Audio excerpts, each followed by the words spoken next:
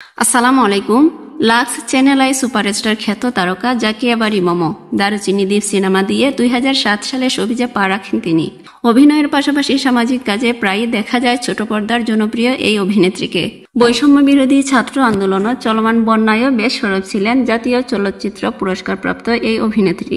এদিকে নাচ ও অভিনয়ে সরব থাকলেও গানে খুব একটা পাওয়া যায় না তাকে। তবে সম্প্রতি তিনি প্রকাশ করেছেন রবীন্দ্রসঙ্গীত তোমার খোলা হাওয়া। গানটির সঙ্গীতায়োজন করেছেন আহমেদ রাজীব। বিরতি কাটিয়ে মম ফিরলেন অভিনয়ে। সম্প্রতি তিনি যুক্ত হয়েছেন রিমান্ড শিরোনামের একটি নতুন ধারাবাহিকে। এতে ডিবি পুলিশের ভূমিকায় দেখা যাবে তাকে। গল্পের মূল বিষয়বস্তু হল বর্তমান রাজনীতি।